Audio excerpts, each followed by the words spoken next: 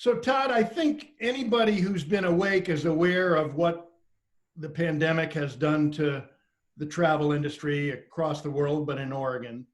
I think the puzzling question is, what does the future hold? When do things get back to normal? And as I think we're all learning, it's one thing for the governor to say the state is open for business. It's another for Oregonians and the rest of the world to actually feel comfortable getting on a plane, going to a restaurant. What's your sense of what the next year is going to be like? I think the next year is going to be hard. Candidly,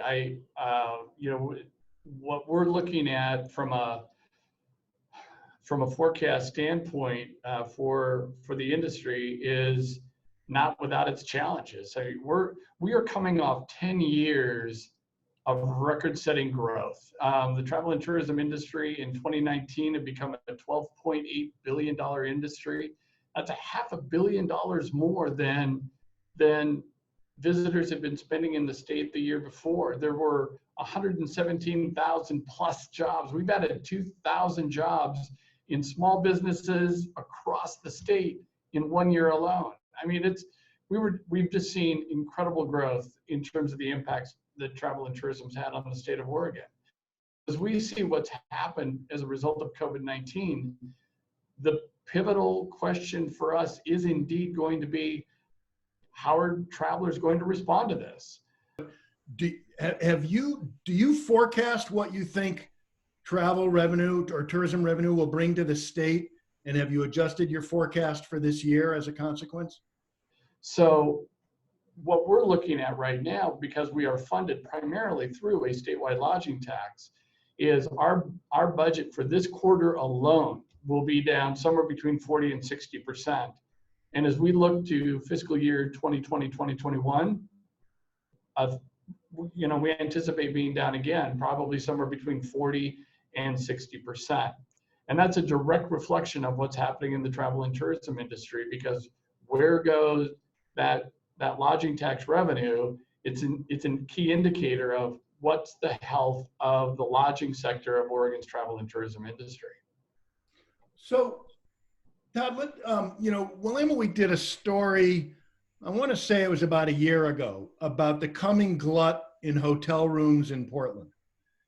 And it was a story that basically said you've got all these national and even global hotel companies who have bought land, and the cranes are going up because long-term they're very bullish about Portland.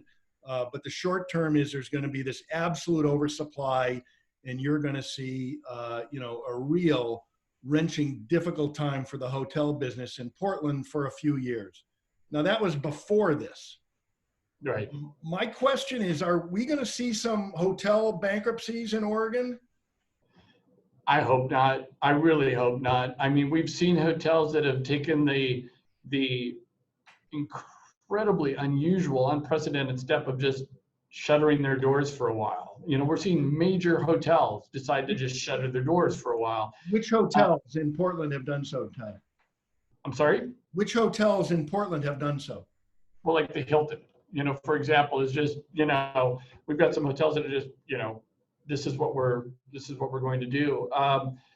And it's, again, because it's so unprecedented, but it's a step that they're taking in order to avoid having to go into bankruptcy. Todd, what are the parts of the state that are most dependent on tourism and are going to be the hardest hit and the longest to recover?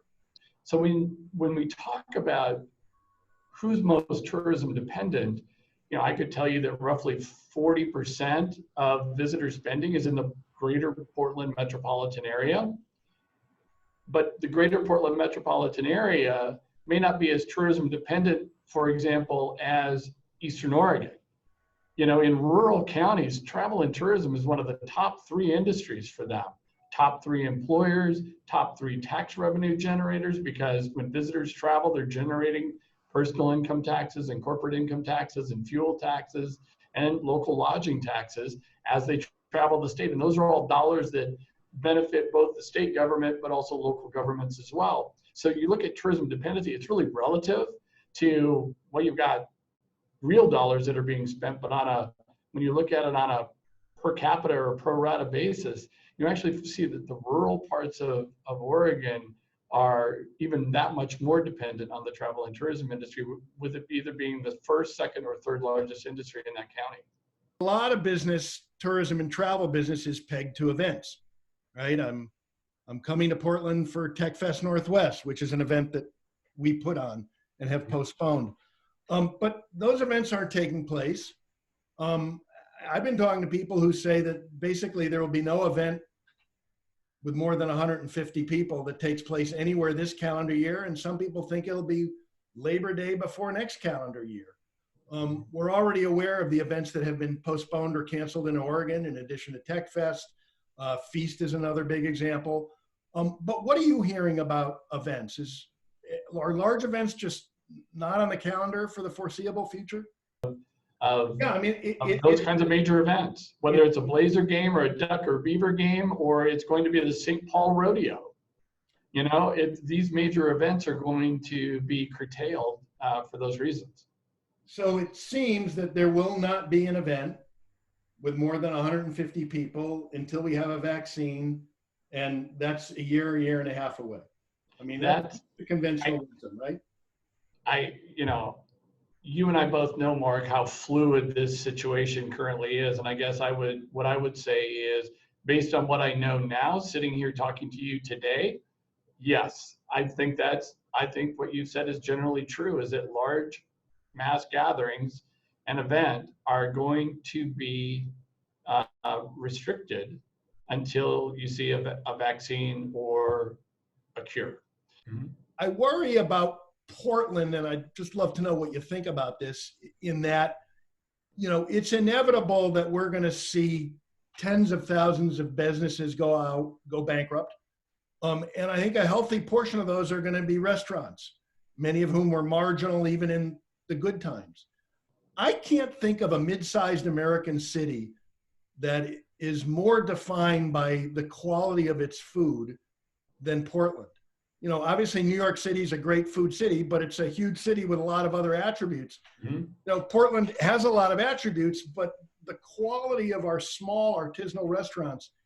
And I just wonder if what we're going to see is a tearing at the fabric of what makes this city special, because inevitably a lot of these wonderful restaurants, which were, again, marginal to begin with, are far from marginal now. Yeah. In that long term, it is really going to erode the appeal of Portland to tourists. It's one of those things where I feel like my immediate response to you is, I sure hope not. I sure hope that's not true. Yeah. I fear it could be true, but I sure hope it's not true. Will there be fewer restaurants? Yeah, I think that's probably likely, that there could very well be fewer restaurants that are going to come out the other side of this thing.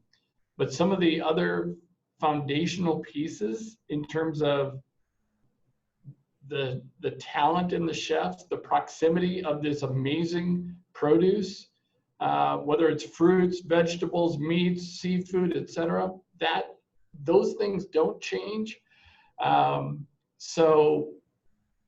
You have some of those building blocks that you need to have, that other cities that are even great food cities don't have. Yeah. Right. So we still have that, and it's that proximity to those ingredients has drawn chefs from around the world and across the country and around the world for decades.